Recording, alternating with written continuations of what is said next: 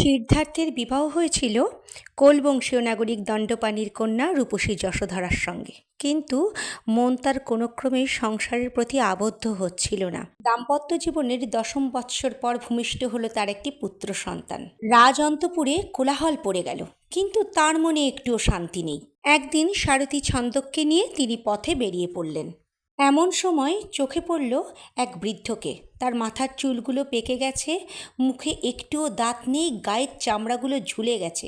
সিদ্ধার্থ তাকে জিজ্ঞাসা করল, এর এমন অবস্থা কেন হলো?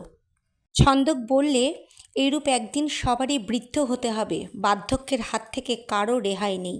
অপর একদিন দেখলেন গাছতলায় একজন শুয়ে আছে, অসুস্থ রোগগ্রস্ত, যন্ত্রণায় আর্তনাদ করছে।